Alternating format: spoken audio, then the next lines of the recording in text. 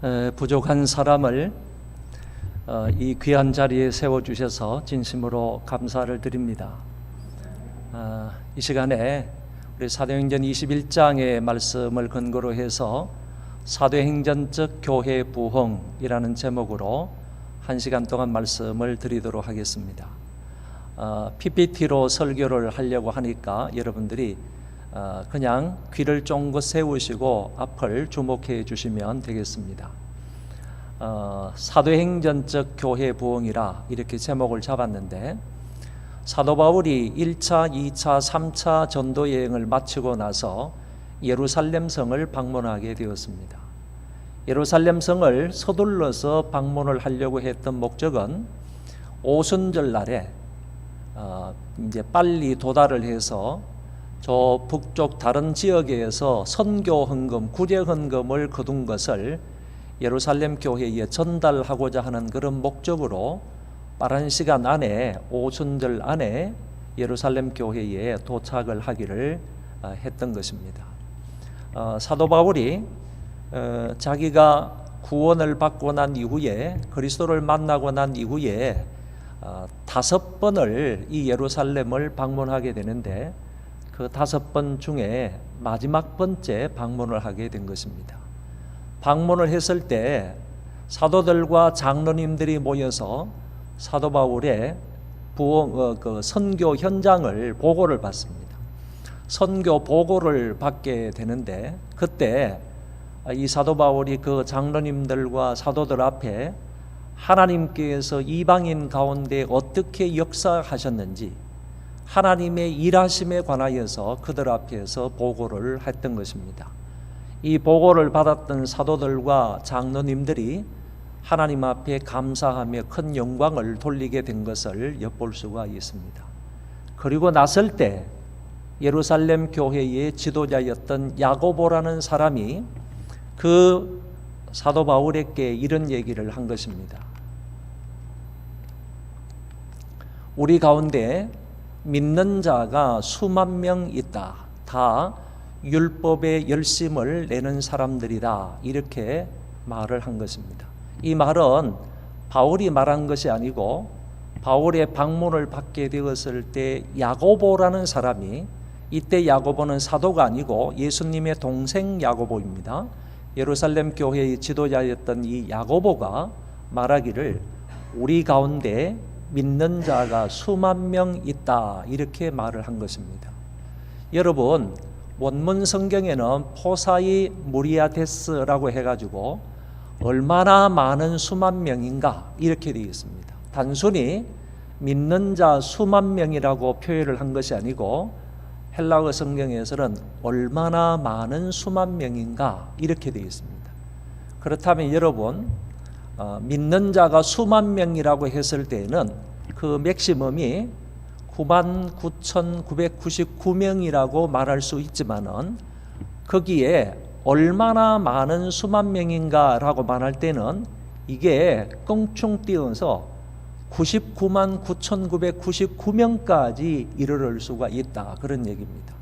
그래서 성경 원문을 근거로 한다 그러면 사도행전 21장 20절까지 오는 데 있어서 초대교회는 적어도 몇만 명 이상, 극대로는 최대 한도로는 90만 명 이상 부흥 발전했다, 이렇게 얘기할 수가 있겠습니다.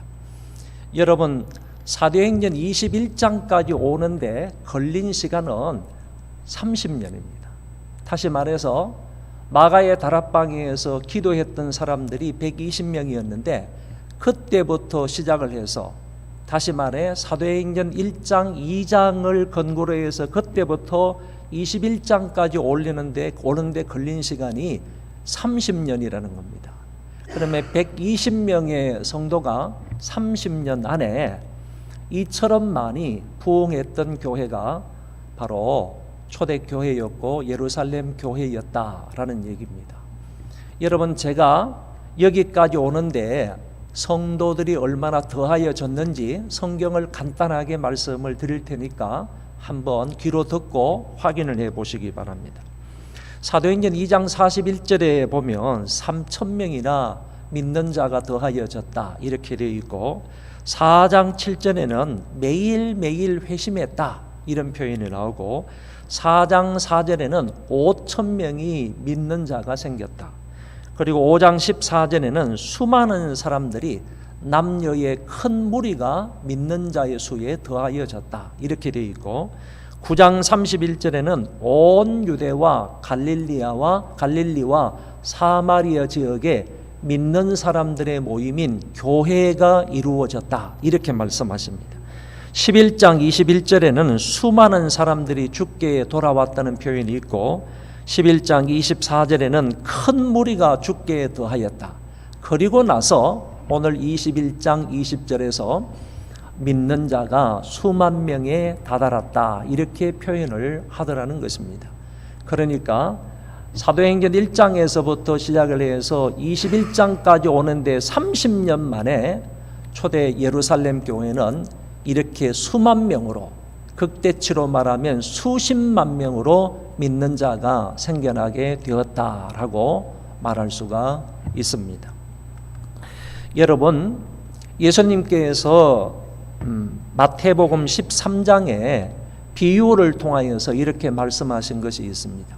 겨자씨가 씨 중에 작은 씨이지만은 이 겨자씨가 한번 심기어져서 그 가운데 싹이 나게 되면 그것은 자라는데 풀보다 커서 나무가 된다. 그리고 새들이 그 가운데 와서 깃든다. 이런 표현이 나옵니다.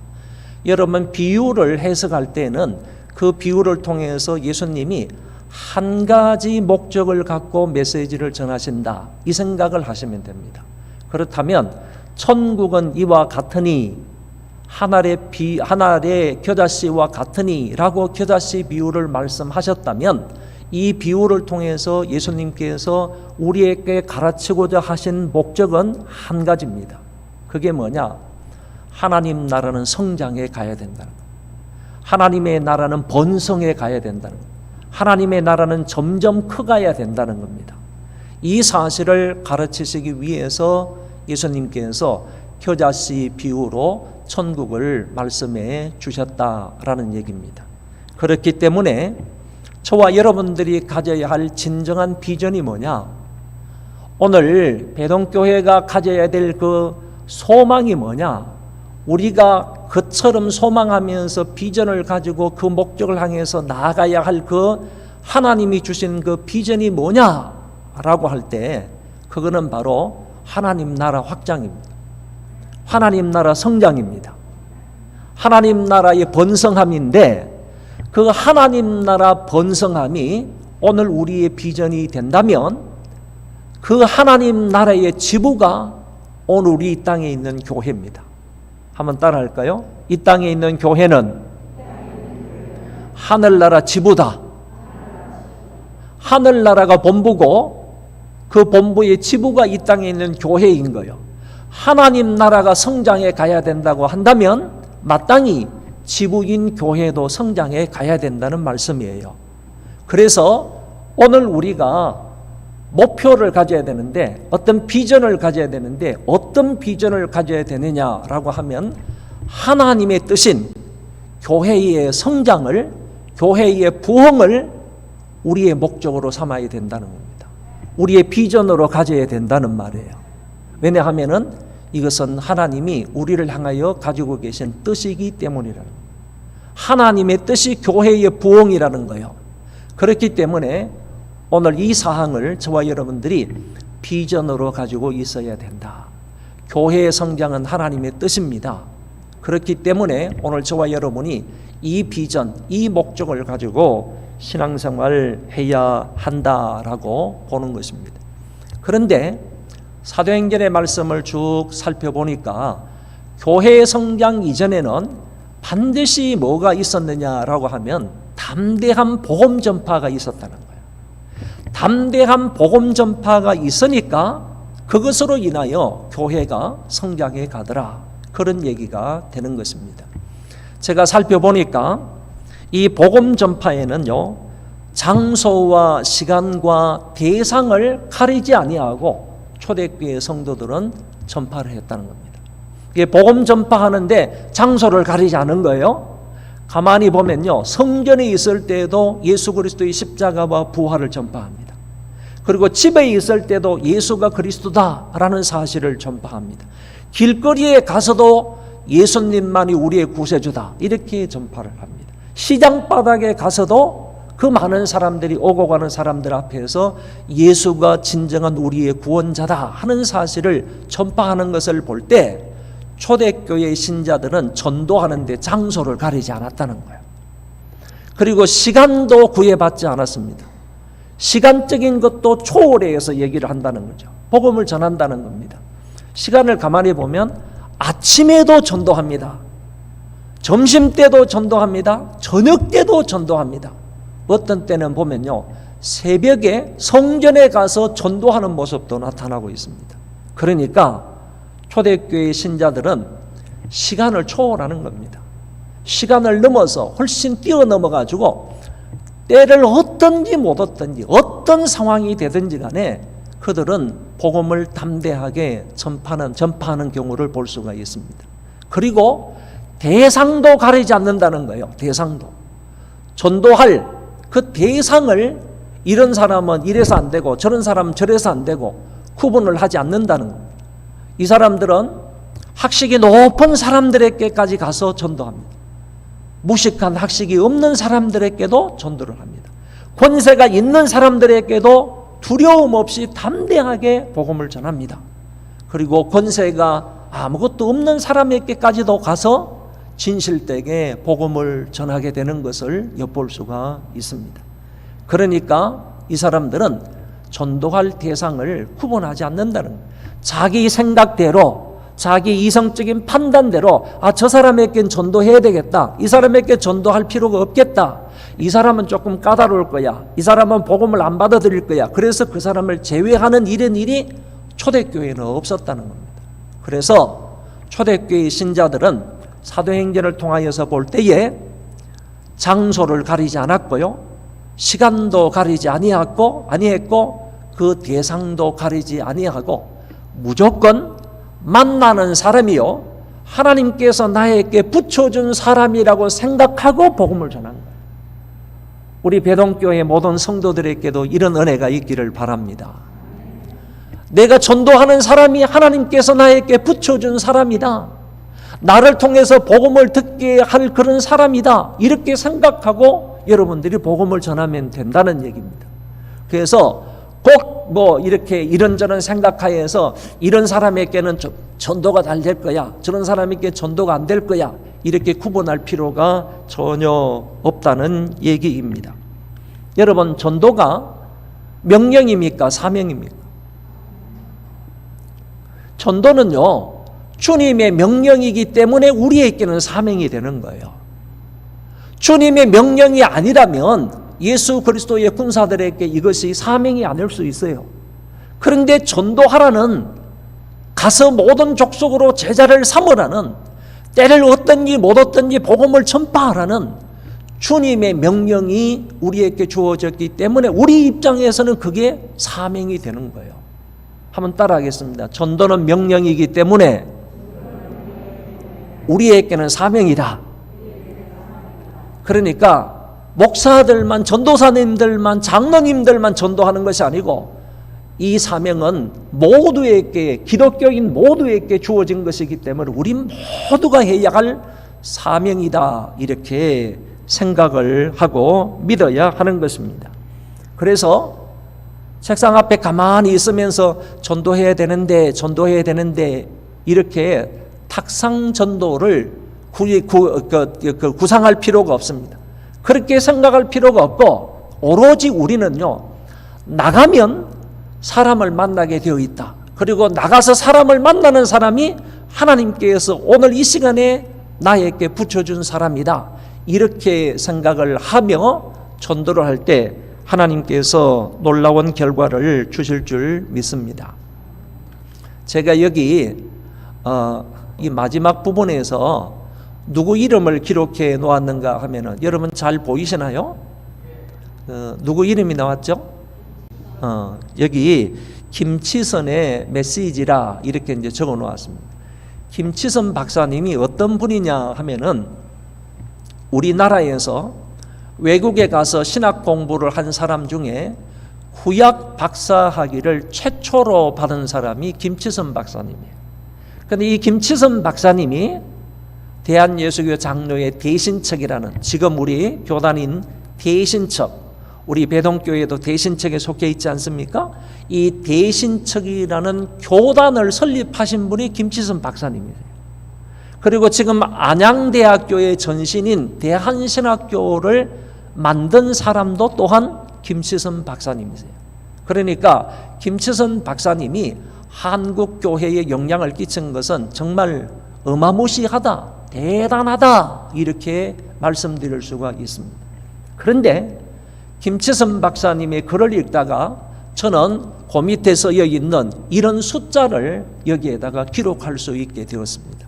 13, 16이라는 숫자인데 김치선 박사님의 그 글을 읽다가 정말 놀랐습니다. 그 사항이 뭐냐 하면은 13살 때에 영재영 선교사님으로부터 복음을 듣고 이 사람이 구원을 받습니다. 13살 때에 선교사님의 전도를 받아서 예수 그리스도를 믿어 구원을 받고 난 이후에 16살 때부터 나는 전도하기 시작했다, 이렇게 말씀하시는 글이 있다니까요. 13살 때 구원을 받아서 3년 뒤인 16살 때부터 나는 전도하기 시작했다, 이렇게 당신에 관하여서 말씀을 하시는 것을 엿볼 수가 있습니다. 정말 복음에 대한 열정적인 마음으로 16살 때부터 이 땅에서 복음을 전파했던 사람이 바로 김치선 학생이었습니다. 3.1운동도 했던 분입니다. 그리고 그 옆에 있는 숫자는 28,000-300 이렇게 되어 있는데, 그 당시 조선 땅은 전부 다 동네를 뽑아보니까요, 동네가 28,000 동네였대요. 동이 28,000개였었는데 그 당시 28,000 동에 살고 있는 전 인구가 몇 명이었는가 하면은 3천만 명이었대요. 그래서 28,000 동네에 가서 우물을 팔아야, 28,000 동네에 가서 복음을 전해라. 그래서 3천만 명의 숫자 가운데에서 10%만 우리가 전도하자. 지금 예수 믿는 사람들, 특별히 우리 대신교단에 있는 사람들이 3천만 이민족 가운데에서 10%만 전도하자, 300만 명만 전도하자, 이런 운동을 그 당시에 벌였던 사람입니다.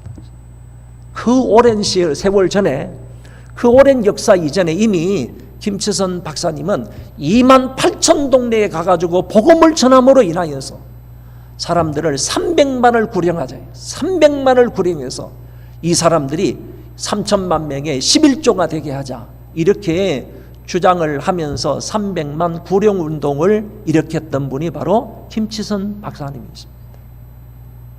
그분이 바로 우리 교단의 설립자이시고 안양대학의 설립자가 되신다 하는 사실에 저희들은 정말 너무 감사하지 아니할 수가 없습니다.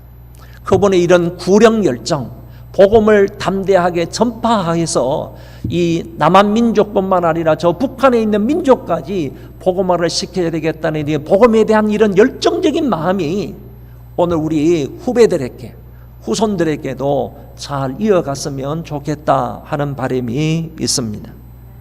여러분, 담대한 복음 전파가 있어야 그 다음에 나오는 교회 성장이 따라온다 하는 점을 기억을 하시고요.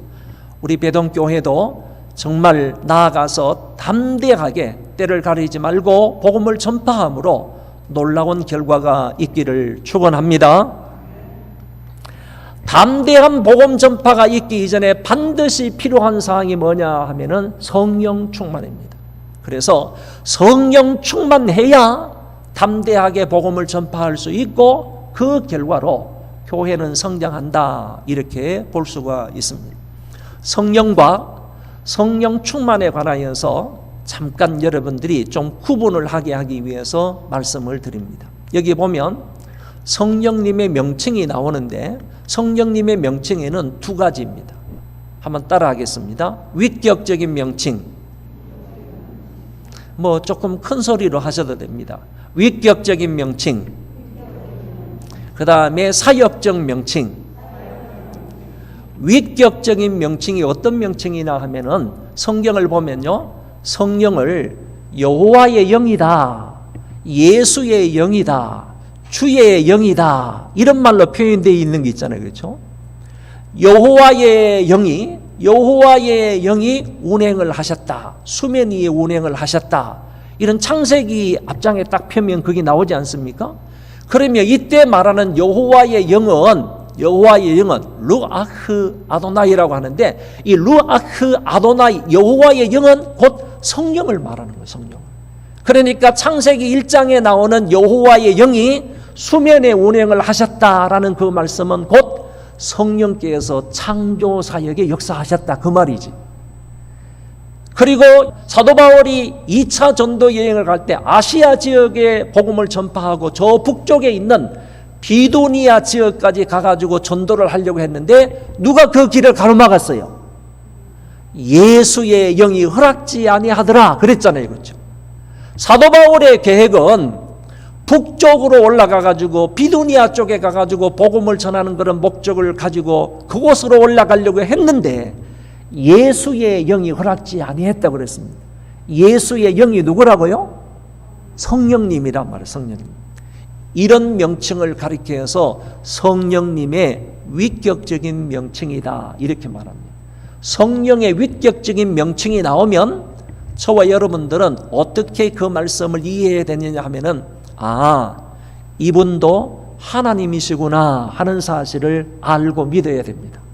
성령님의 위격적인 명칭이 나오면 이분이 바로 제3위일체 3위가 되시는 성령 하나님이시구나 하는 사실을 믿으라는 얘기입니다.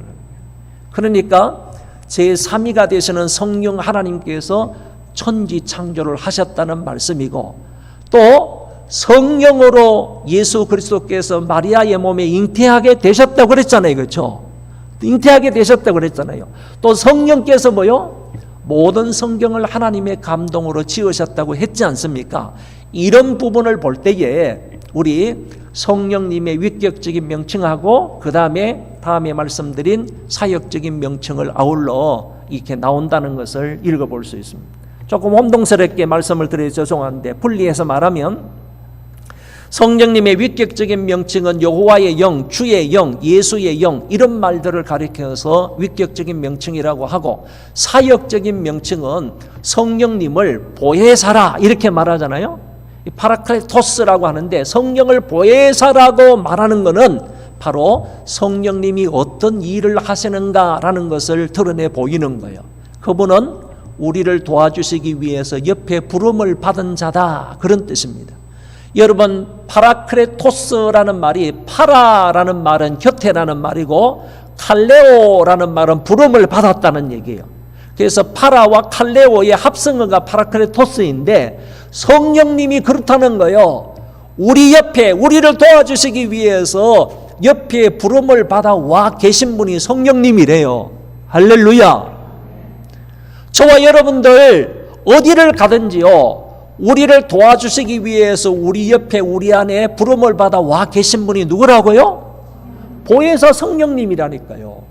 보혜사라는 말이 바로 성령님의 사역적 명칭인데, 그 말씀을 볼 때 성령님께서 무슨 역할을 하시는지라는 사실을 알 수 있게 된다, 그런 얘기입니다. 그리고요, 성령님을 진리의 영이라 이렇게 말하잖아요. 진리의 영도 성령님의 사역적 명칭입니다.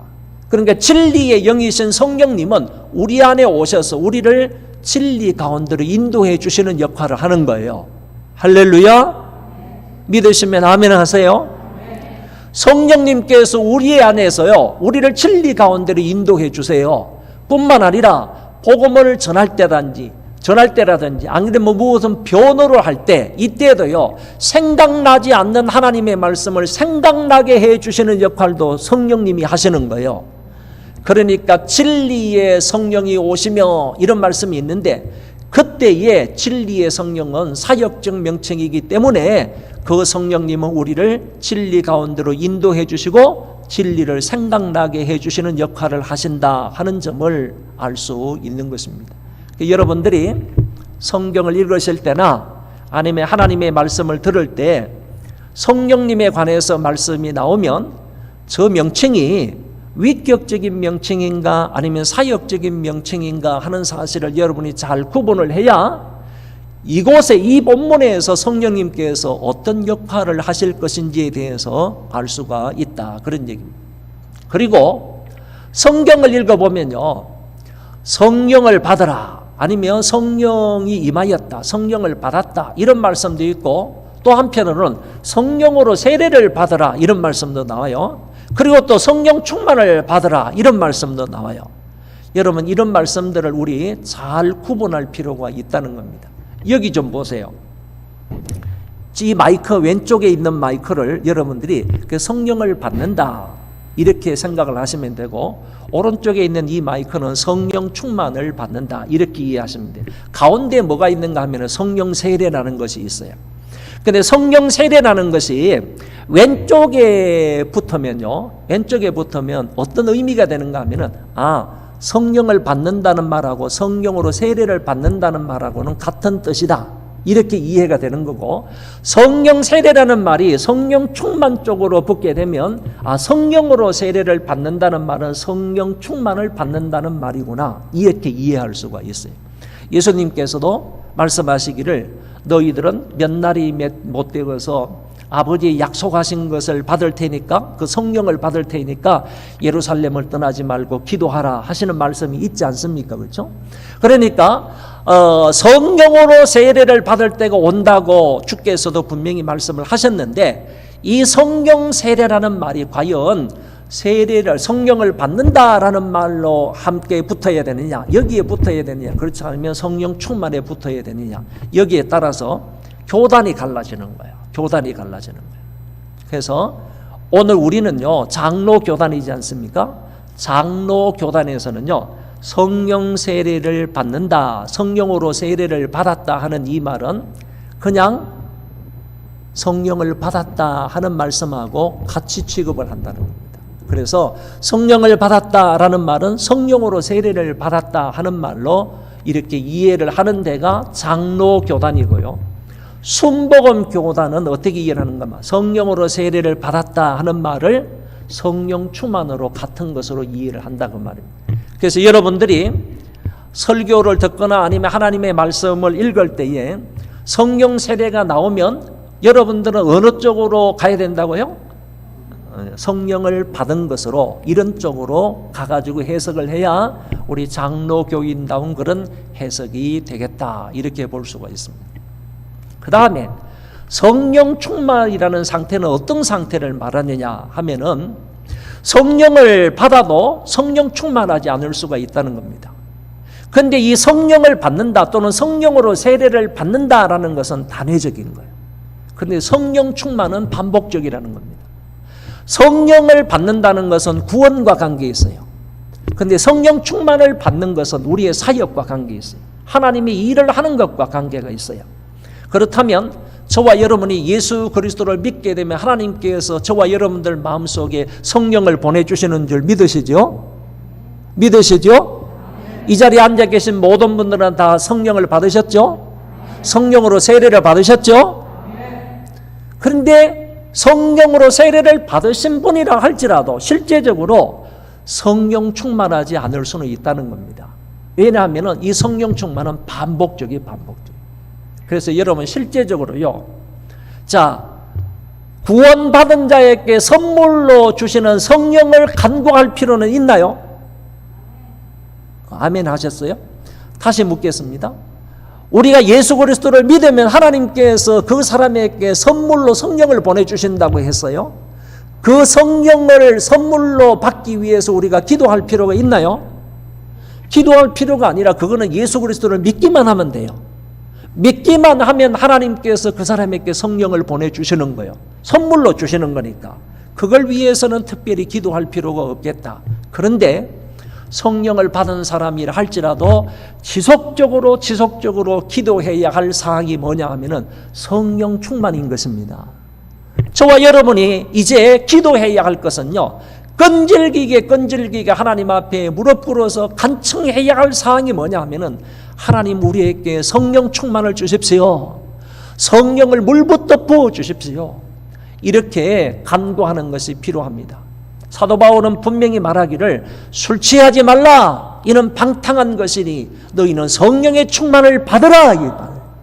성령의 충만을 받으라는 말씀은 명령이에요. 명령이에요. 우리가 취사 선택할 수 있는 문제가 아니라니까요. 이거는 반드시 명령으로 우리가 받아들여야 할 사항인 거예요. 명령을 준행해야 할 사항인 거예요. 그러니까 우리는 부단히 기도해야 할 사항이 뭐냐면은 하나님 우리에게 성령을 부어주십시오. 성령 충만하게 해주십시오. 부단히 이 목적을 놓고 기도해야 한다는 말씀입니다. 그러면 성령 충만한 상태는 어떤 상태를 말하느냐라는 거예요. 성령 충만한 상태라는 것은요, 성령님께서 내가 또는 나를 100% 지배가는 상태를 일컬어서 성령 충만한 상태라는 거예요. 여러분, 내가 나 자신을 통치하고 내가 나 자신을 인도해 간다면 그런 사람은 성령 충만한 사람이 아닙니다. 내가 생각하는 거요, 내가 말하는 거요, 내가 행동하는 거, 모든 것들을요 성령의 통치를 받는 거예요. 여러분, 생각 하나님의 성령으로 통치를 받아야 됩니다. 생각 속에서요 잘못된 마음이 생기는 거고 잘못된 마음에서 잘못된 행동이 나오는 거예요. 그렇기 때문에 어쩌면 모든 손발이 행하는 모든 행위들이요 마음과 여기서부터 나오는 거예요. 마음으로 생각하는, 머리로 생각하는 여기에서부터 나온다니까요. 그러니까 저와 여러분들의 생각조차도요 성령님으로 매일매일 통치를 받아야 되는 거예요. 성령님의 인도를 받아야 되는 거예요. 그리고 우리가 행하는 것, 손발로 행하는 모든 것뿐만 아니라 우리 입술로 말하는 것까지, 어쩌면요 여러분의 귀로 듣는 것까지도 성령의 통치를 받아야 됩니다. 전적으로 100% 성령의 통치를 받아서 살아가는 삶을 일컬어서 성령 충만하다 이렇게 표현을 하는 거예요. 여러분, 만약에 부부 사이가 좋지 않다 할지라도요 한 사람이라도 성령으로 충만하기만 한다면요 그 부부 사이는 결국에요 아름다운 부부관계가 되는 거예요. 왜냐하면 한 사람이 이 사람이 뭘 말을 하더라도 이 사람이 뭐 대꾸를 하고 뭐 같이 이렇게 뭐 맞장구를 쳐야지 싸움이 되고 뭐 나중에는 결국 뭐 갈라서고 뭐 그런 거 아니겠습니까? 그런데 한 사람이라도요 성령의 충만을 받으면 성령으로부터 통치를 받고 성령의 인도를 받는 사람이 그 부부 중에 한 사람이 있다 할지라도요 그 사람에 의해서 부부관계가 좋아지게 된다니까요.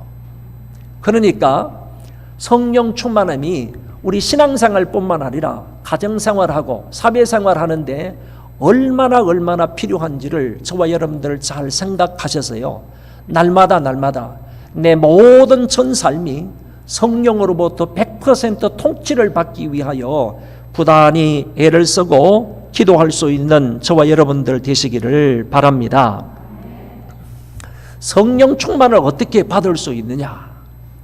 베드로가 설교한 것을 보면요 예수 그리스도의 십자가와 부활을 전파했을 때 그러면서 너희들이 회개하여 이 예수 그리스도를 믿으면 하나님이 성령을 선물로 주신다 이렇게 말씀하신 것이 나옵니다. 그러니까 일반적인 이런 성령을 받는다는 것은 우리가 회개하여 예수 그리스도를 믿을 때 성령을 선물로 받을 수 있다는 점을 조금 전에도 제가 말씀을 드렸습니다. 그런데 이 베드로가 고넬료의 집에 초청을 받아가지고 설교를 합니다. 하나님의 말씀을 전하였을 때 성령이 임하셨는데 이때의 성령은 성령으로 세례를 받은 것도 있지만 성령 충만함이 임하였습니다. 성령 충만함이 고넬료 가정에 모여서 베드로의 말씀을 듣던 모든 사람들에게 임하여서 그들이 방언을 하기 시작했습니다. 여러분, 방언을 했다는 것을 볼 때 성령 충만한 역사가 그 가운데에서 임하였다라는 사실을 알 수가 있습니다. 방언이 임하여서 그들이 한 목소리로 하나님 앞에 찬송하게 되는 이런 놀라운 역사가 사도행전에 나타나고 있습니다. 그러면 성령은 어떻게 받을 수 있느냐? 지금 성령 충만을 어떻게 받을 수 있느냐라고 말할 때 하나님의 말씀을 들음으로 성령 충만을 받을 수 있다는 겁니다. 여러분, 하나님의 말씀을 잘 잘 듣는 거, 귀담아 듣는 거, 청종하는 게 얼마나 중요한지 모릅니다. 제가 때가 있으면 언제 말씀을 드릴 기회가 있겠는지 모르겠지만은 설교를 듣는 데 있어서요 매우 중요한 사항이 있습니다. 성도들이 설교를 어떻게 들어야 하는지 배워야 됩니다. 하나님의 말씀을 들을 때 여기에서 우리 정찬모 목사님께서 설교를 하시면 그 말씀을 듣는 청중들이 어떤 자세로 어떤 마음으로 하나님의 말씀을 들어야 하는지를 배워야 된다. 성경에 말씀하고 있기 때문에 배워야 된다는 걸 배워야 된다. 그 말씀을 5가지 사항대로 잘 듣게 되면요 그것을 통하여서 모두 다 성령의 충만을 경험할 수 있다는 겁니다. 어떻게 말씀을 들어야 되느냐 하면은 한번 따라하겠습니다. 그냥 제목만 따라하세요. 기도함으로 하나님의 말씀을 들으라. 사람의 말로 듣지 않고 하나님의 말씀으로 들으라. 여러분 주일날 나와서 하나님의 말씀을 들을 때요 일주일 내내 주일날 나와서 목사님의 말씀을 듣고 은혜 받기 위해서 기도해야 된다는 거예요. 기도해야 된다는 거예요. 기도함으로 하나님 말씀을 들어야 돼요. 기도함으로 하나님의 말씀을 듣고요. 2번째 뭐라고 그랬습니까? 목사님이라는 사람의 말로 들으면 오히려 그게 시험이 돼요. 그렇지만은 하나님께서 저 목사님을 통하여서 나에게 말씀을 하신다. 고로 내가 듣는 이 말씀은 목사님의 말씀이 아니라 사람의 말이 아니라 하나님의 말씀이다. 이렇게 들어야 된다는 거예요. 데살로니가 교회 성도들의 특징이 뭡니까? 그들이 사도 바울이 전해주는 하나님의 말씀을 들을 때 사람의 말로 듣지 않았습니다. 바울의 말로 듣지 않았습니다. 하나님의 말씀으로 들었다고 그랬습니다. 하나님의 말씀으로 들어야지 은혜가 되는 것입니다. 3번째는요 사모함으로 들어야 돼요. 따라합시다. 사모함으로 듣자. 갈급한 심령으로 말씀을 들어야 돼요. 그냥 멍 때리는 그런 모습으로 말씀을 들으면 은혜가 안 돼요. 될 수가 없어요.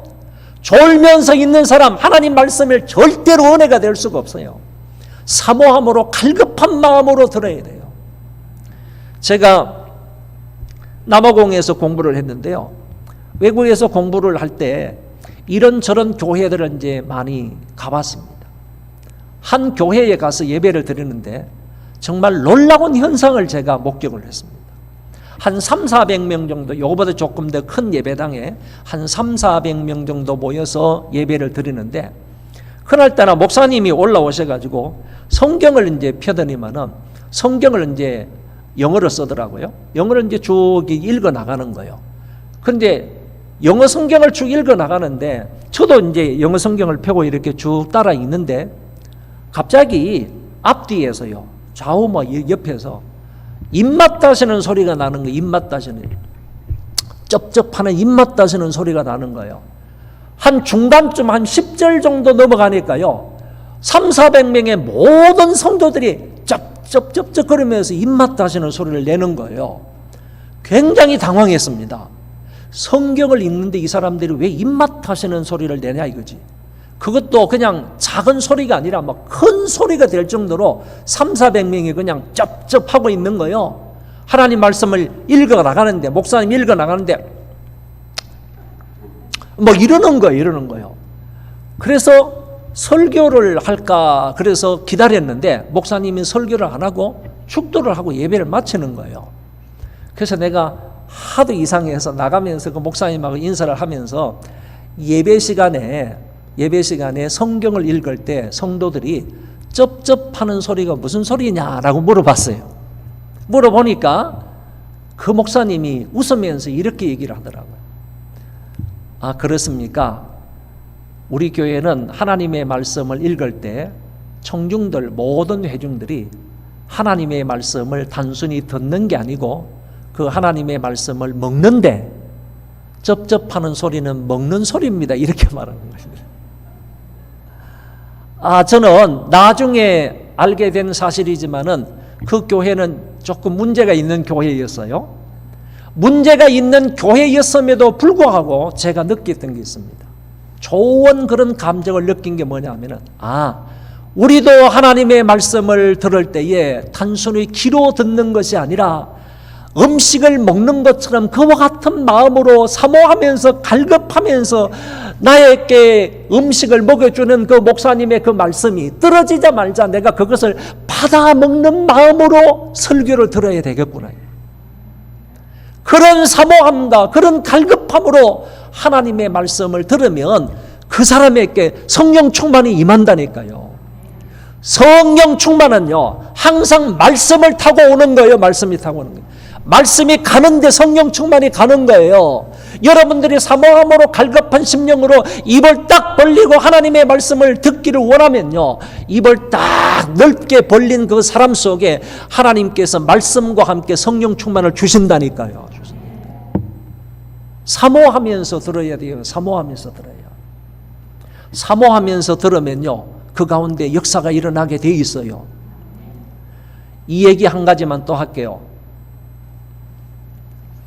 저희들 학부 때요, 우리를 가르쳐 주신 서울대학교 출신이고 외국에서 공부를 하신 천모 목사님이 계셨어요. 교수님이 계셨는데 아주 젊을 때, 40대 초반 젊으실 때 그분께서 로마서를 가르치셨는데 로마서를 한참 중간에 강의를 하시다가 저희들에게 이런 말씀을 하셨어요.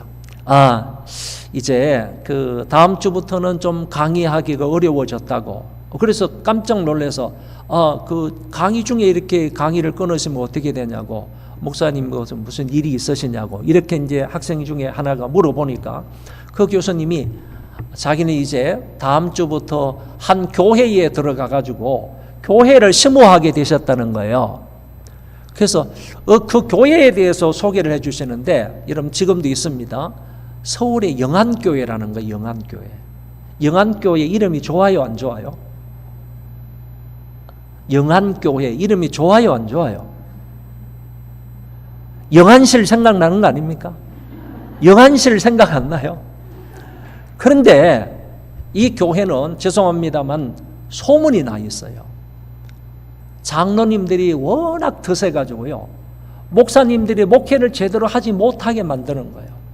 목사님들이 목회를 잘 할 수 있도록 장로님들이 협조를 해야 되는데 그게 아니라 이런저런 이유를 걸어가지고 목사님들이 목회를 잘 하지 못하고 스트레스를 많이 받고 정신적으로 아니면 심적으로 너무 많은 그런 고통과 고난을 받으니까 오시는 목사님들마다 일찍 돌아가시는 거예요. 그게 진짜 영안실로 간 거예요. 이런 일이 그 교회에 몇 번 있었다니까? 우리가 그 사실을 알고 있었기 때문에 그 천 목사님에게 목사님, 다른 교회는 몰라도 그 교회는 가지 마세요 그랬어요. 40대 초반 목사님이라니까요. 혹시나 그렇게 될까봐 싶어서 그 교회는 가지 마세요. 그러니까 나는 괜찮아 그러면서 가셨어요. 첫 주일 설교를 뭘 했는 줄 아십니까?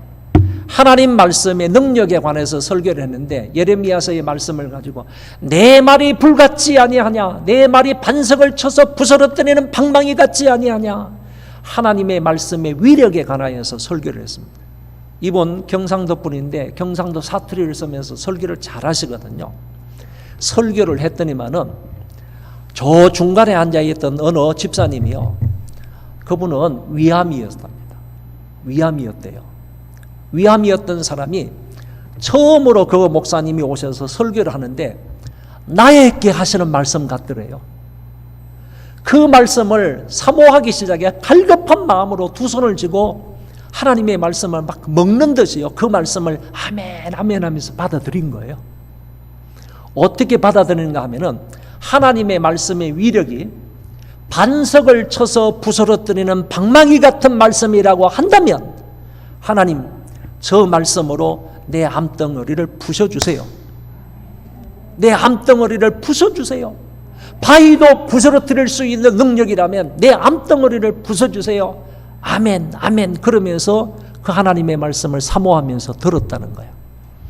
월요일 날 이 집사님이, 여집사님인데 병원에 가서 검진을 해봤는데 의사가 놀라더랍니다.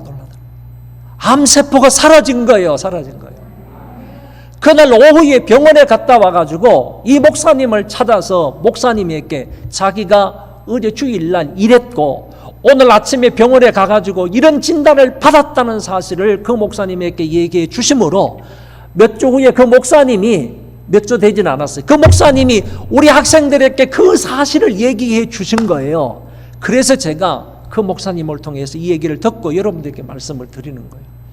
하나님의 말씀은요, 사모하면서 들으면요, 말씀이 내 안에서 역사하신다니까. 그럴 때요, 성령 충만의 역사가 일어난다니까요. 여러분, 하나님의 말씀을 이렇게 들을 수 있기를 바랍니다. 그 다음에는 나에게 주시는 말씀으로 아멘으로 들어야 된다, 이런 것도 있습니다. 조금 곁들여서 말씀을 드렸으니까 여러분 기억을 하시고, 하나님의 말씀을 들을 때는요, 어떻게 들어야 하나님의 말씀이 내 안에서 역사하시게 되어 있는가, 그리고 성령 충만할 수가 있느냐라고 하면요, 항상 기도함으로 들어야 돼요. 이거는요, 사람의 말이 아니라 하나님의 말씀으로 들어야 됩니다. 사모하면서 들어야 됩니다. 나에게 주시는 말씀으로 들어야 됩니다. 며느리가 들었으면 좋겠는데, 우리 시어머니가 들었으면 좋겠는데, 아니면 내 남편이, 내 아내가 들었으면 좋겠는데, 그게 아니라 그 시간에 주시는 말씀은 나에게 하시는 말씀이에요. 나에게 하시는 말씀으로 듣고요, 마지막에 모든 일에는 아멘이 안 될 수가 없어요. 하나님의 말씀에는 모든 것이 아멘이 될 수 있어요. 아멘으로 하나님의 말씀을 들어야 하는 겁니다.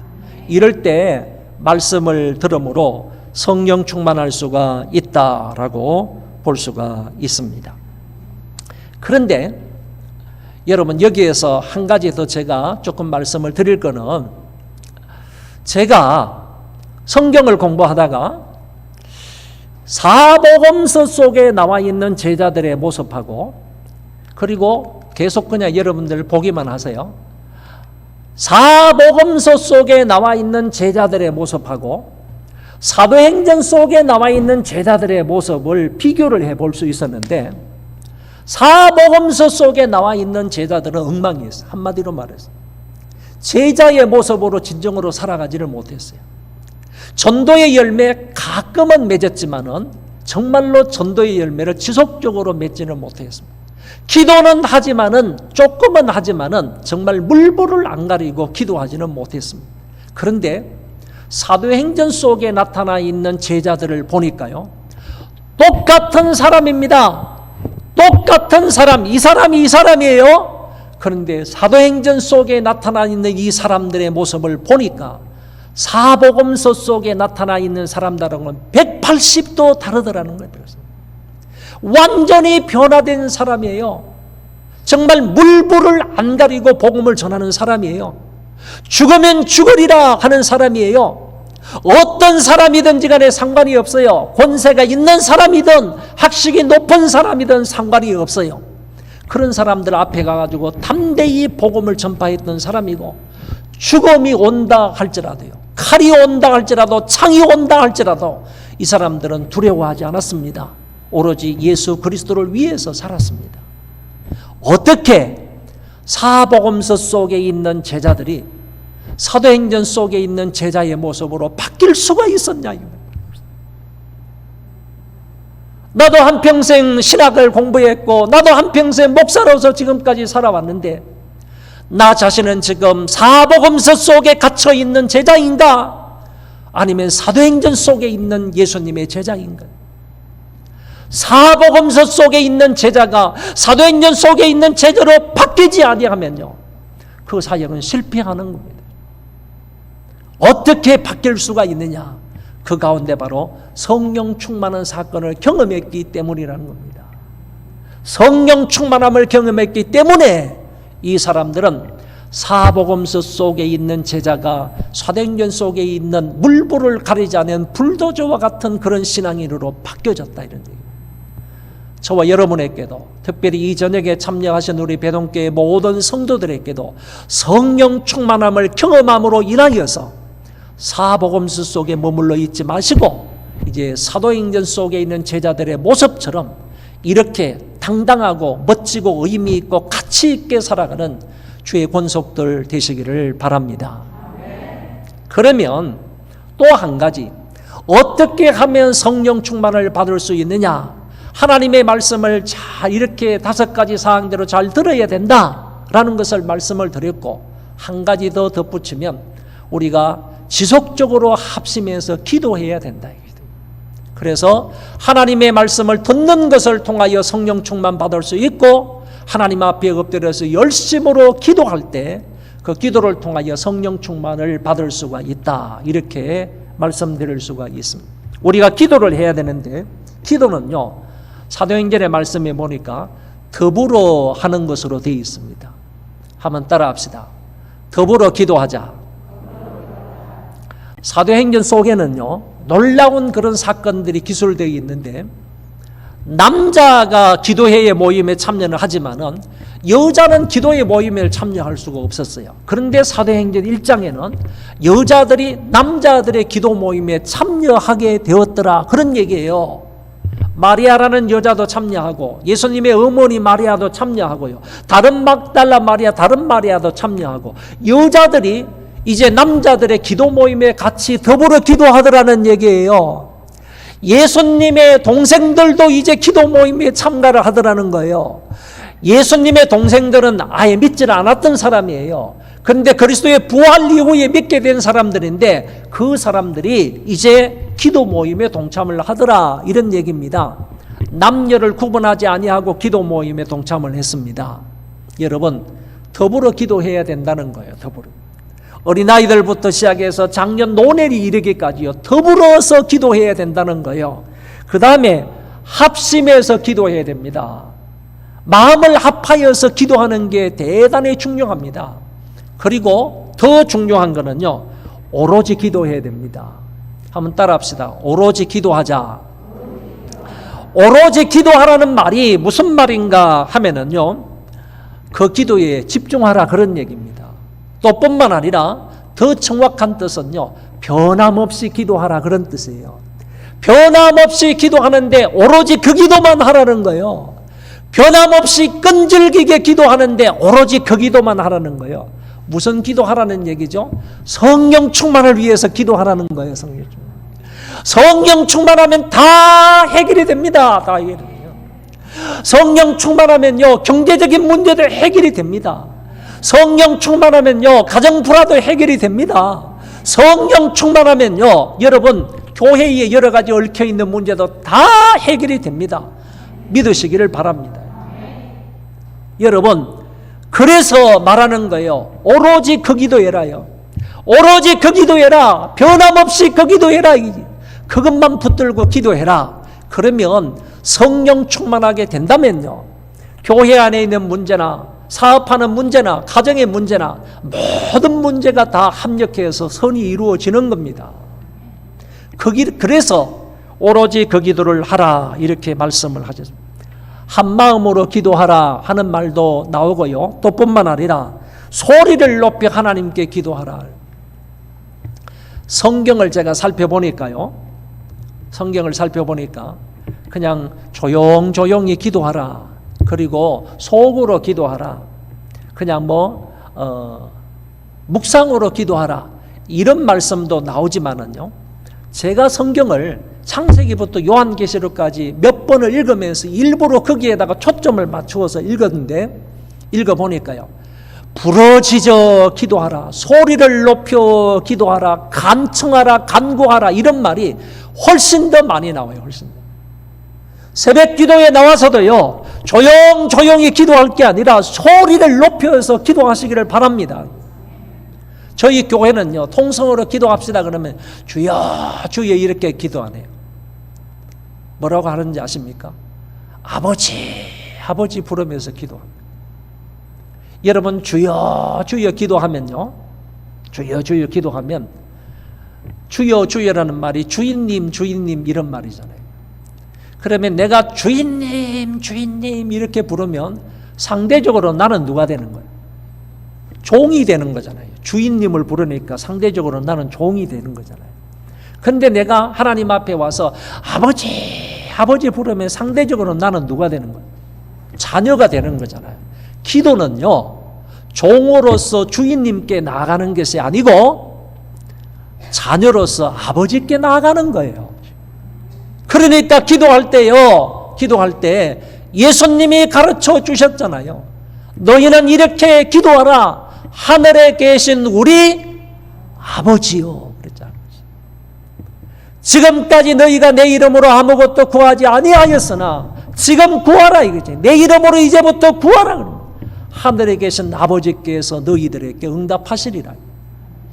여러분 요한복음 17장에서 예수님께서 마지막으로 기도하시는데 9절마다 아버지 아버지 아버지, 그 긴 기도 가운데서요 아버지라는 이름이 26번 이상 나와요. 26번.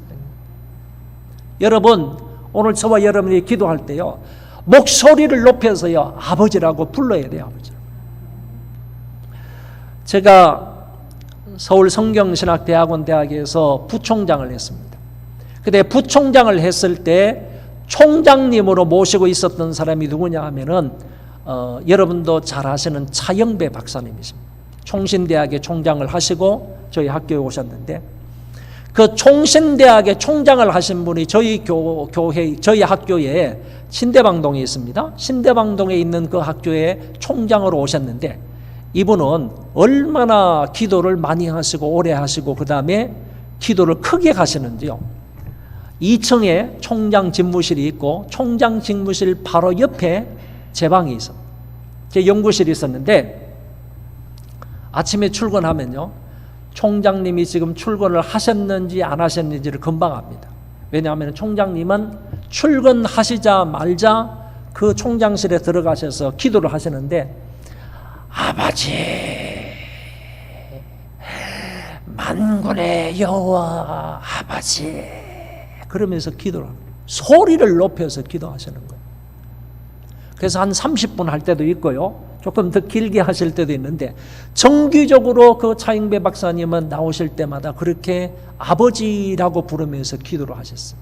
그래서 제가 어느 날 알고 있지만은요 아니 왜 총장님은 왜 그렇게 기도할 게 없냐고 그렇게 기도할 게 없으셔서 이렇게 맨날 아버지 아버지만 부르시냐고 그랬더니만은 이교설이 모르는 게 있어. 내 아버지라는 말 속에 내 모든 소원이 다 담겨져 있어. 이렇게 말했어요. 정말 깊은 것을 깨닫게 되었습니다. 그래서 지금은 미주알 고주알 이런 얘기들을 하나님 앞에 아뢰지 않는답니다. 아버지만 부른대요. 아버지라는 그 한마디 말 속에 내 모든 것들이 다 들어있다는 겁니다. 여러분들에게도 그런 은혜가 있기를 바라요. 다른 기도 하지 마시고요. 어떤 때는 그냥 하나님 앞에 나와서 아버지 목 놓아 부르세요. 그러면 그 아버지라는 말 속에 포함되어 있는 모든 그런 기도 제목도 하나님께서 이미 다 아실 줄 믿습니다. 우리 마음을 아시는 분이 그거 모르시겠어요? 그러니까 정말 하나님 앞에 부르짖어 간절히 기도하고 싶으면요 엎드려서요 새벽마다 엎드려서 그냥 아버지라고 부르세요. 하나님께서 반드시 여러분들에게 좋은 것으로 응답해 주실 줄 믿습니다. 미국의 펜사콜라 지방에 가면 남쪽이죠. 펜사콜라 지방에 가시면 브라운스빌 교회라고 있습니다. 이 교회의 담임 목사님이 존 길 패트릭 목사님이십니다. 이 교회에서 새신자 초청, 다시 말해서 이제 안 믿는 사람들을 초청해서 하나님 앞에 예배를 드렸던 적이 있는데 그동안에 이 사람들이 잘 준비를 해가지고 주위에 안 믿는 사람들을 교회로 많이 초청을 했습니다. 그 주간에 존 길 패트릭 목사님이 강단에 서서 누구든지 이 시간에 예수 그리스도를 믿기 원하시는 분은 앞으로 나오시기 바랍니다. 그랬더니만은 그 주에요 1000명의 사람이 나와가지고 앞에 나와서 모든 사람들이 무릎을 꿇고 기도를 받고 예수 그리스도를 영접했다고 합니다. 놀라운 역사가 일어났습니다. 한 주간에 그 주간에 1000명의 사람이 예수 그리스도를 믿었고 그리고 구원을 받는 역사가 일어나게 된 거예요. 그 다음 주간이 됐는데 그 다음 주간에는 똑같이 행하였는데 400명의 사람들이 예수를 믿게 되었다고 합니다. 그래서 이런 놀라운 역사가 교회 안에 일어났다는 그런 소문이 퍼지자 어떤 신문 기자가 와가지고 길 패트릭 목사님에게 물은 거예요. 어떻게 해서 이와 같은 부흥의 역사가 단시간 내에 일어날 수가 있었느냐라고 물었더니 길 패트릭 목사님이 그 기자에게 이렇게 대답을 했답니다. 우리는 이 부흥을 사모하면서 2과 2분의 1년 동안 기도했습니다. 2년 반 동안 기도했습니다 라고 답을 하더래요. 다른 이유를 대지 아니하고 다른 어떤 그 원인을 대지 아니하고 우리가 이 부흥을 위해서요, 하나님께서 역사해 주심으로 믿는 사람들이 많아지게 되기를 위해서 정말 처음에 말씀을 드렸던 것처럼 그와 같은 부흥의 역사가 일어나기를 위해서 우리 교회가 2년 반 동안 엎드려서 기도했답니다. 그 결과로 하나님께서 우리가 목도할 수 있는 부흥을 허락하셨다고 했습니다. 여러분, 우리나라에서 가장 단시간에 가장 많이 부흥한 교회가 어디냐 하면은 지구촌 교회입니다. 이동원 목사님이 목회하셨던 그 지구촌 교회인데 기록에 보면요, 2년 4개월 만에 2년 4개월입니다. 우리 배동교회 이제 역사는 한 41년 정도 된 줄로 알고 있는데 저희 교회가 한 36년 정도 넘었어요. 36년 정도. 제가 어릴 때 개척을 했거든요. 어릴 때 개척을. 그런데 그 지구촌 교회가 2년 4개월 만에 몇 명이 모였는가 하면은 2,800명이 모여서 예배를 드렸어요. 그러니까 우리나라 교회 역사 가운데서 가장 단시간에 가장 많이 모였던 교회가 지구촌 교회였습니다. 이 사실을 알게 된 교회 성장 연구소의 명성훈 박사가 저하고도 이렇게 좀 연락이. 명성훈 박사가 그 지구촌 교회를 조사를 했습니다. 부흥의 원인이 뭘까라는 것을 조사했는데 두 가지가 나왔습니다. 한 가지는요, 담임 목사님이 아주 훌륭하게 강해 설교를 잘했기 때문이다. 이것이 원인이 하나이고요. 두 번째는 전 교인들이 개척을 하면서부터 시작을 해서 2년 4개월 동안 무지무지하게 하나님 앞에 엎드려서 우리 교회에 부흥을 달라고 기도했기 때문이다. 몇 시간을 기도했느냐? 2년 4개월 만에 2년 4개월 동안 몇 시간을 그 교회가 기도를 했느냐라고 하면 바로 5,134시간 동안 기도했다는 겁니다. 제가 계산을 해봤습니다. 5,134시간 2년 4개월 동안 나누어 보니까 하루에 6시간 동안 그 사람들은 기도를 했더라고. 그러면서 명성훈 박사가 마지막에 이렇게 얘기했습니다. 이런 교회가 부흥하지 않으면 그 교회가 오히려 더 이상하다 그랬습니다. 여러분, 하나님의 말씀이 강단을 통해서 바르게 능력 있게 전파되면 그 교회는 부흥합니다. 뿐만 아니라요, 정말 그 교인들이 부흥을 사모하면서 하나의 겨자씨 비유를 통해서 하나님 나라 확장에 대해서 말씀을 하신 그 말씀을 비전으로 삼고 하나님 우리 교회도 이렇게 왕성한 교회가 되게 해달라고, 부흥 발전하는 교회가 되게 해달라고 이렇게 엎드려서 간절히 간구할 때 하나님께서 그 교회의 부흥의 역사를 일으키신다는 거예요. 시간이 좀 가서 죄송한데요, 이 사람 얘기만 하고 설교를 마치겠습니다. 에반 로버츠라는 사람인데요, 이 사람은 13살 때부터 폐광촌을 돌아다니면서 기도하기 시작했습니다. 영국 웨일즈 지방에 사는 사람인데 13살짜리가 뭐 알겠어요? 그런데 폐광촌을 돌아다니면서 기도를 하는데 13살짜리가 기도하는 목적이 딱 두 가지였어요. 하나님, 나에게 성령 충만을 주세요. 남웨일즈 지방의 사람 10만의 영혼을 내가 구원하게 해주세요. 이 두 가지 기도였어요. 13살짜리가. 13살 때부터 이 친구가 기도하기 시작하려고 기도하기 시작해 청년이 됐습니다. 어느 날 저녁에요, 기도 모임에 참여를 했는데 그때도 이 청년은, 에반 로버츠는 이 두 가지 목적을 놓고 기도하는 거예요. 저녁에 모였던 그 기도 모임에 한 60여 명 정도 모였는데 새벽까지 기도회가 이어졌습니다. 새벽 시간에 에반 로버츠가 하나님 앞에 또 이 기도를 지속으로 하는 겁니다. 하나님 아버지, 나에게 성령 충만을 주세요. 남웨일즈 지방에 사는 사람 10만의 영혼을 구원하게 해주세요. 구원하게 해주세요. 목놓아 부러지면서 에반 로버츠가 하나님 앞에 기도했는데 갑자기요, 하늘에서 큰 불덩어리 하나가 떨어지더니 에반 로버츠 허리를 팍 치더랍니다. 그 불덩어리에 맞아서 에반 로버츠가 팍 쓰러져 버려요. 너무너무 뜨거워가지고요, 에반 로버츠가 이렇게 말합니다. 하나님, 하나님, 뜨거워서 죽겠으니까 이 불을 거두어 가세요. 그때 그 불이 하늘로 올라갔다고 얘기해요. 그 이후로부터 성령에 충만했던 이 에반 로버츠가 이곳저곳을 다니면서 전도를 하는 겁니다. 멀건 낮에 술집에 가서 전도를 합니다. 술잔을 기울이고 있는 그 사람들에게, 어느 정도 술 취해 있는 그런 사람들에게도 가가지고 술잔을 기울이고 있는 그 사람들에게 가서 전도하는데, 주 예수를 믿으라, 그리하면 너와 내 집이 구원을 얻으리라, 이런 말로 전도한 것이 아니에요. 거룩하신 하나님께서 이곳에 임재하여 계십니다. 거룩하신 하나님께서 이곳에 임재하여 계십니다. 그러면 이 사람들이 술잔을 다 떨어뜨린 거예요. 그 앞에서 꼬꾸라진 거예요. 엎드려서 회개하기 시작한 거예요. 하나님 앞에 돌아오기 시작한 거예요. 이렇게 해서 2년 만에요, 남웨일즈 지방에 10만의 사람이 에반 로버츠에 의해서 구원을 받았다는 거예요. 이 부흥의 불길이요, 남쪽 웨일즈 지방에서 북쪽 웨일즈 지방으로 건너갔습니다. 영국이 성령의 불로 활활 타올랐습니다.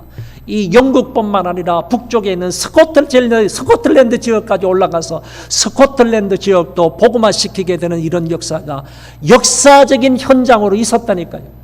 역사적인 현실로 있었다니까요. 여러분, 이런 사실을 볼 때에 교회의 부흥은 기도로부터 출발합니다. 여러분, 뜨겁게 기도하시기 바랍니다. 정말로 기도하는 것을 사명으로 여기시기를 바랍니다.